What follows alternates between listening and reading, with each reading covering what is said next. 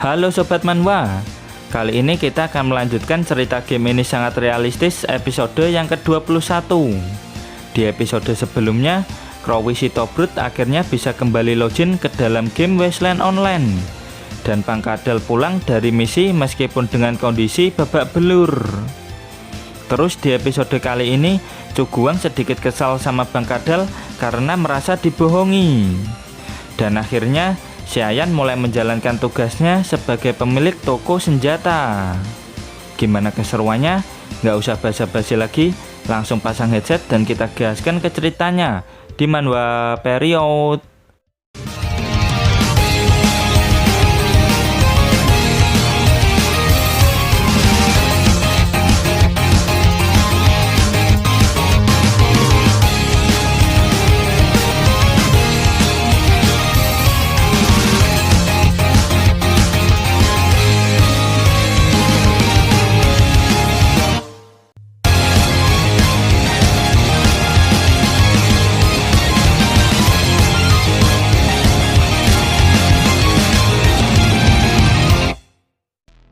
Di episode sebelumnya, Bang Kadal akhirnya kembali ke shelter dengan kondisi babak belur setelah mengintai wilayah utara shelter. Dilihat dari lukanya, Cuguang merasa jika hal itu disebabkan oleh serangan para begal. Dan benar saja, Bang Kadal menerangkan bahwa di sana terdapat camp para begal. Camp tersebut ada di pabrik ban yang terletak 1 mil sebelah utara dari lokasi proyek terbengkalai. Jadi bisa diperkirakan bahwa jaraknya sekitar 1,5 sampai 2 mil dari shelter 404. Terus, apa kau bertarung dengan mereka? Tanya Night Ten. Bang Kadal tidak bertarung dengan mereka, bahkan memprovokasi saja tidak. Rencananya sih dia emang mau mundur, tapi secara nggak sengaja malah berpapasan dengan 3 orang begal yang lagi patroli. Tapi kau melawan mereka kan? Desak Night Ten. Karena sudah ketahuan, Bang Kadal tidak punya pilihan lain selain memberi perlawanan. Melawan 3 orang begal sekaligus itu cukup berat. Selain itu, satu tim biasanya memiliki anjing mutan. Wajar jika Bang Kadal pulang dengan kondisi babak belur kayak gini. Cuguang akan mencatat laporan dari Bang Kadal dan menyuruhnya kembali masuk ke dalam pot pelatihan untuk beristirahat. Pada dasarnya, pot pelatihan memang punya fungsi untuk mempercepat perbaikan sel-sel pada tubuh avatar para player. Efektivitasnya tergantung dengan tingkat stat konstitusi yang dimiliki sama player tersebut. Dan dengan tingkat konstitusi yang cukup tinggi, Bang Kadal bisa pulih lebih cepat dari rata-rata player yang ada sekarang. Baik administrator, aku akan beristirahat, balas Bang Kadal. Sambil berjalan masuk ke dalam shelter, player yang melihat Bang Kadal pun terkejut dengan kondisi Bang Kadal yang terluka cukup parah. Semua orang penasaran dengan update berikutnya karena camp para begal baru saja ditemukan. Di sisi lain, Bang Jamur merasa jika dia harus cepat menabung dan segera membeli senjata. Sedangkan Bang Rikol benar-benar dilema antara mau beli tanah atau senjata duluan. Kalian berdua ini masih newbie, ayo fokus nguli dulu, ajak Fajar. Sementara itu, Ampeltem dan Night Ten sudah tidak sabar ingin bertarung dengan para begal tersebut. Dengan ini sudah ada 5 area lain yang Cuguang ketahui di sekitar shelter 404. Dan yang paling diwaspadai adalah camp manusia mutan dan camp para begal. Apalagi di daerah selatan terdapat camp Beat Street dan pertanian Brown, di mana para survivor asli Wasteland Online beraktivitas. Lokasi outpost milik Cuguang tidak terlalu bagus karena ruang untuk pengembangan sangat terbatas. Untuk mengatasi kondisi ini, mau nggak mau, Cuguang harus segera menyingkirkan salah satu antara camp para begal atau camp manusia mutan. Singkat cerita, para player sudah logout semua. Sekarang waktunya memeriksa forum Wasteland Online. Tapi sebelum itu, Cuguang ingin memeriksa kondisi Xiayan dan memberinya makan malam terlebih dahulu. Si Ayan yang lagi belajar bahasa Inggris menyadari kedatangan Coguang. Tanpa basa-basi, Coguang langsung memberikan si Ayan makan malamnya. Dan karena udah lapar banget, si Ayan langsung menyantap makan malamnya dengan lahap. Coguang juga mengingatkan untuk terus menghafal kalimat tersebut. Soalnya waktu si Ayan kerja sudah semakin dekat. Kemudian Coguang mulai menyalakan komputernya dan membuka forum Wasteland Online. Bang Kadal memposting sesuatu, yaitu di pabrik ban terdapat camp para begal. Jumlah mereka antara 50 sampai 100 orang. Hah? 50 sampai 100 orang? Kok tadi dia nggak bilang? Batin Coguang. Niatnya Bang Kadal ingin menangkap satu begal, tapi rekan si begal sangat banyak. Untungnya beberapa begal takut dengannya. Dan Bang Kadal juga berhasil melumpuhkan anjing mutan yang menggigitnya dan kabur begitu para begal sedang sibuk mengisi ulang senjata mereka. Lalu yang membuat Bang Kadal agak kesal itu, si anjing mutan sukses menggigit ekornya. Dan bisa dipastikan bahwa begal yang dia temukan ini jauh lebih brutal dari para begal sebelumnya. Apa? Kok beda dengan yang tadi dia ceritakan? Brengsek, si Kadal mau main-main denganku rupanya. Umpat Coguang dengan penuh emosi. Dia jadi emosi kayak gini karena merasa dibohongi sama Bang Kadal. Sebenarnya hal ini juga tidak terlalu menjadi masalah. Soalnya Coguang masih bisa mengetahui apa yang sebenarnya sudah terjadi lewat forum Wasteland Online. Di luar dugaan, Bang Kadal malah dihujat sama para netizen. Bagaimana tidak dihujat? Bang Kadal adalah satu-satunya player yang spesial di game sekarang. Dan dia tidak mampu menghabisi para begal tersebut. Benar-benar player skill isu yang menyanyiakan karakter yang OP. Entah kenapa, hal ini mengingatkan Coguang waktu Crowy dihujat gara-gara mati konyol. Lawan bot aja kagak becus, berikan karaktermu, biar aku aja yang main, ujar Double S. Dasar skill isu, berikan akunmu padaku, ujar Quit Smoking. Bacot kalian semua, balas Bang Kadal. Jika kedepannya nanti ada fitur screenshot, mungkin Bang Kadal tidak akan dihujat seperti ini. Coguang juga sangat tahu soal kekuatan tempur para begal.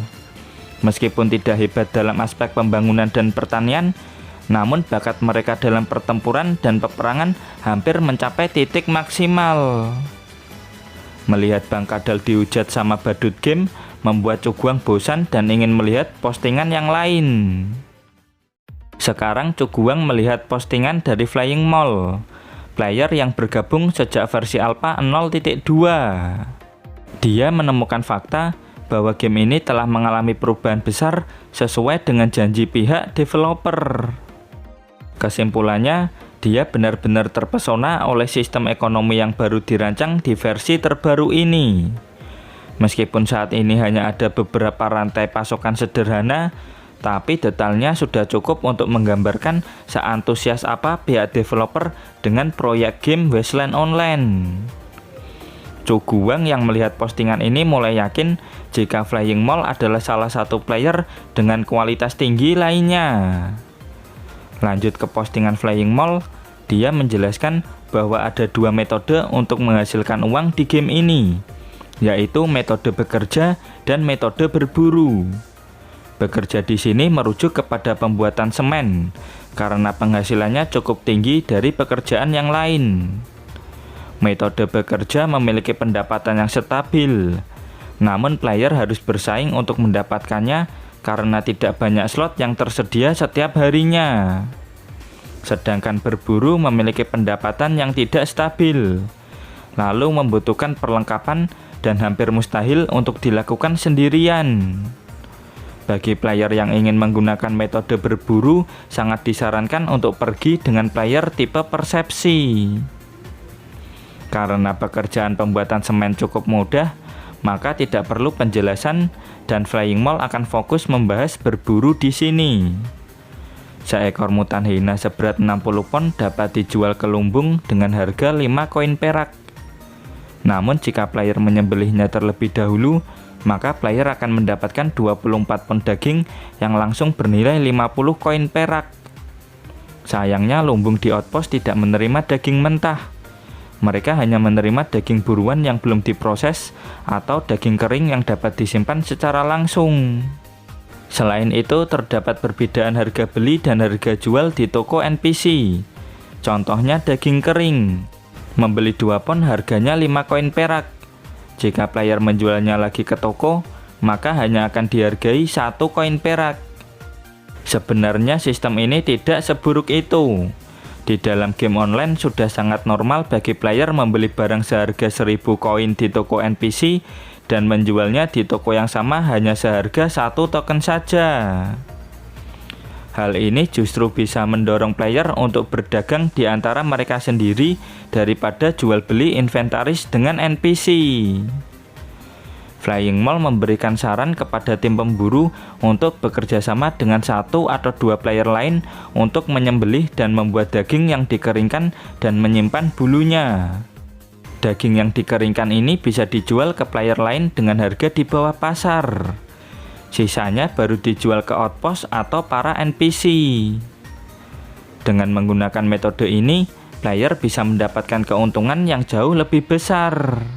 Kemudian menurut Flying Mall, update Winter is Coming bukan berfokus terhadap sistem perdagangan.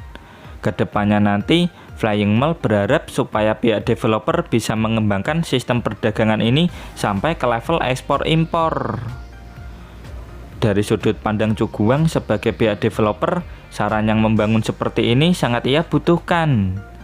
Tapi dari sudut pandangnya sebagai administrator di game Wasteland Online, jelas lain cerita. Semua yang ada di shelter 404 termasuk tubuh avatar player adalah miliknya.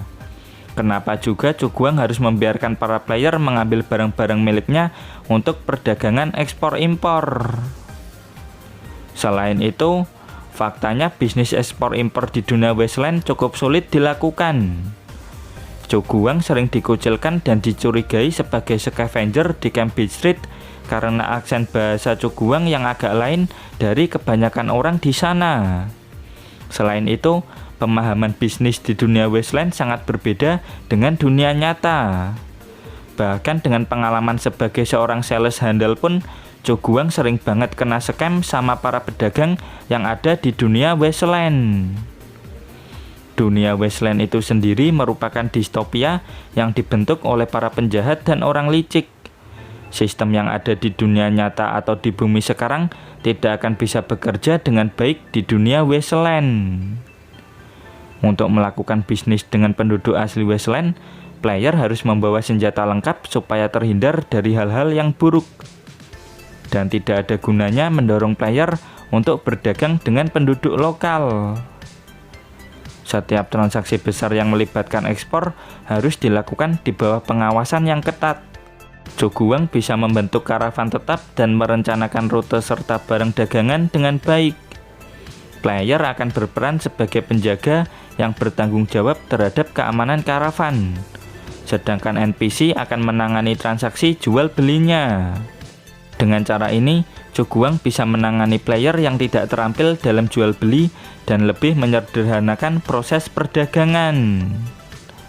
Karena merasa ide perdagangan ini cukup bagus, Cuguang pun mencatat hal tersebut. Cuguang tidak berniat membiarkan player melakukan perdagangan bebas. Tentu saja Cuguang akan menentukan siapa yang boleh melakukan perdagangan bebas dengan para playernya. Cuguang pun menyudahi kegiatan memantau forum dan melihat berapa poin yang berhasil dia dapatkan hari ini. Dan gak disangka, Cuguang sudah punya 30 poin. Dia pun berniat membuka 2 blind box tingkat menengah dan 10 basic blind box. Item pertama yang didapatkan adalah 2 bungkus perban hemostatik. Yang kedua ada kapsul antibiotik oral yang berisi 12 kapsul. Lalu jackpotnya ada garam seberat 500 gram yang efeknya bisa meningkatkan kekebalan dan metabolisme tubuh sebesar 1-5%. Ini bukan garam sembarangan. Apakah ini item legendari? Ujar Cuguang. Dengan mengkonsumsi setiap 10 gram, mampu meningkatkan kekebalan dan metabolisme tubuh. Tapi jika 500 gram garam ini Cuguang habiskan seketika, bukannya kebal, dia malah akan dehidrasi, darah tinggi, sakit jantung, dan berakhir mati konyol. Lalu sisa item yang didapat cuma sebotol kecap asin dan beberapa lollipop. Hari ini cukup sampai di sini. Cuguang sudah ngantuk dan ingin istirahat. Saat meninggalkan ruang kerjanya, terlihat Xiayan yang masih mati-matian menghafal kalimat dasar sebagai seorang pemilik toko senjata. Dilihat dari gerak-geriknya, Xiayan sepertinya sudah hafal dengan kalimat yang Cuguang berikan. Besok adalah hari pertamanya bekerja secara resmi. Namun terlihat keraguan dari raut wajahnya. Apakah pekerjaan sebagai pemilik toko senjata adalah pekerjaan yang pantas untuknya? Pertanyaan itulah yang muncul di dalam benak Xiayan. Tak terasa pagi hari pun tiba. Xiayan yang ketiduran di ruang kerja Cuguang mulai terbangun. Dengan tegas, Cuguang menyuruh Xiayan untuk segera bersiap-siap sambil membawa tongkat untuknya. Apakah tongkat itu untukku? Tanya Xiayan dengan polos. Cuguang langsung memberikan tongkat itu kepada Xiayan karena di shelter ini cuman Xiayan doang yang butuh alat itu. Kalau punya rezeki, Cuguang akan membelikan kaki mekanik buat Xiayan. Sangat kasihan melihatnya terlihat seperti ini. Dengan bantuan tongkat ini, akhirnya Xiayan bisa berdiri lagi dan dia sangat senang dan bersyukur dengan hal tersebut. Tapi Xiayan ini masih saja bersikap merendahkan diri dengan berniat menyerahkan tubuhnya pada Cuguang. Untungnya Cuguang sama sekali belum tertarik ke arah situ.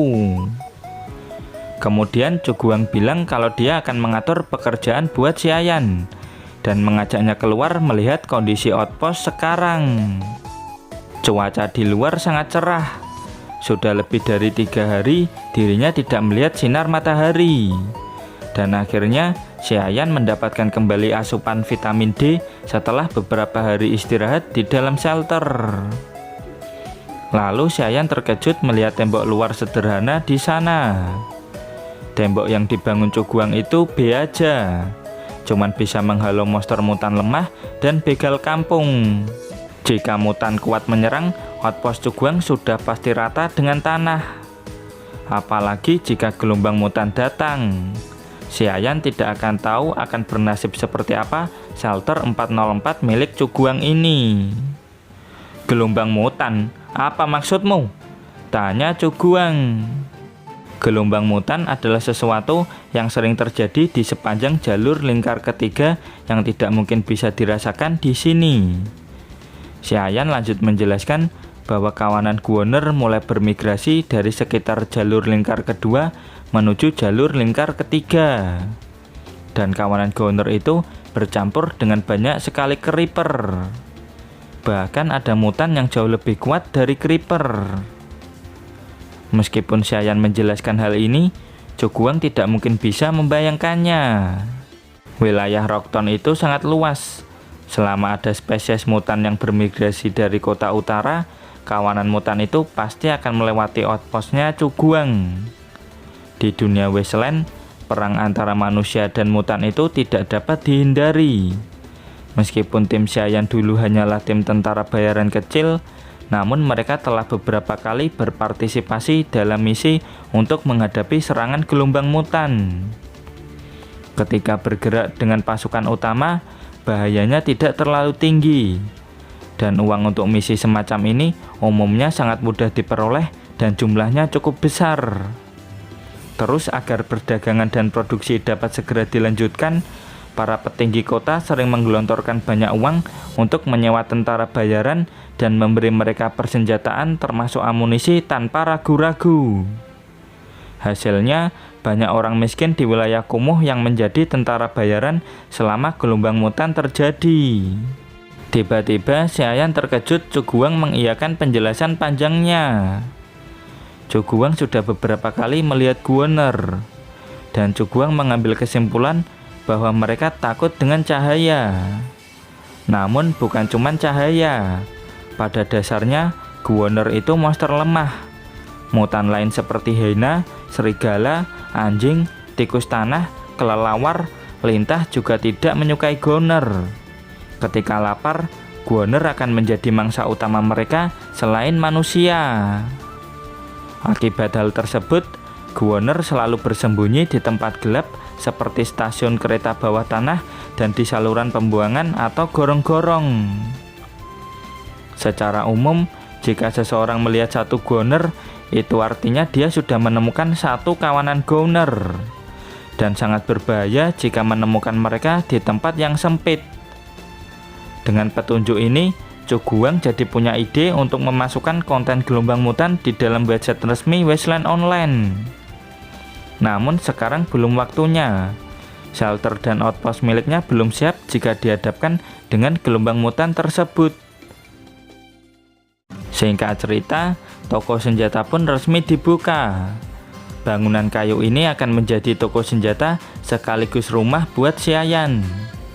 Kedepannya nanti, Chuguang berjanji jika ada rezeki akan merenovasi toko senjata ini menjadi lebih baik. Untuk sementara, gunakan dan maksimalkan bangunan sederhana dari kayu ini. Chuguang juga sudah mengukir harga di papan kayu, dan Xiayan terlihat sudah menghafal kalimat basic yang Chuguang suruh hafalkan. Jika ada sesuatu yang mau ditanyakan, tanya saja ke Little Seven. Tapi Little Seven ada di lantai 3 sanatorium. Sudah pasti akan berat bagi Xiayan untuk menemui Little Seven. Chuguang juga tak lupa bilang bahwa playernya sangat ramah. Meskipun Xiayan tidak tahu apa yang mereka katakan, Xiayan tinggal menatap mereka dengan tatapan kosong. "Player? Apaan tuh?" tanya Xiayan. Chuguang menerangkan jika itu sebutan untuk penghuni shelter di sini. Xiayan tidak perlu tahu nama-nama mereka. Intinya panggil saja mereka dengan player atau sapaan biasa yang sudah Xiayan hafalkan. Kemudian Chuguang mengingatkan untuk mencatat setiap barang yang terjual. Dia akan memeriksa buku catatan dan inventaris toko senjata setiap harinya. Namun sekarang senapan besi laras panjang yang paling murah harganya 100 koin perak. Player saat ini tidak akan sanggup beli. Jadi pekerjaan Xiayan tidak akan terlalu sibuk. Oleh karena itu, Chuguang meminta Xiayan untuk memperbaiki senapan yang rusak ini dan meminta Xiayan untuk buatin beberapa peluru dan senjata sederhana kalau bisa. Xiayan pun langsung tolah-toleh. Sisi kiri cuman ada meja kerja kosong. Sisi kanan cuman ada papan senjata. Yang bener aja, masa kau suruh aku buat peluru sama senjata pakai tangan kosong? Ujar Xiayan sambil tepuk jidat. Dan sayang sekali, chapter pun berakhir sampai di sini. Bagaimana cara Chuguang menyediakan alat-alat pekerja untuk Xiayan? Kita akan lanjut lagi di episode berikutnya. Dan terima kasih buat kalian yang selalu hadir dan komen di setiap video admin. Terus dukung channel ini dengan cara like, comment, subscribe. Dan jangan lupa kultivasikan loncengnya juga. Sampai jumpa lagi di video berikutnya. Bye-bye.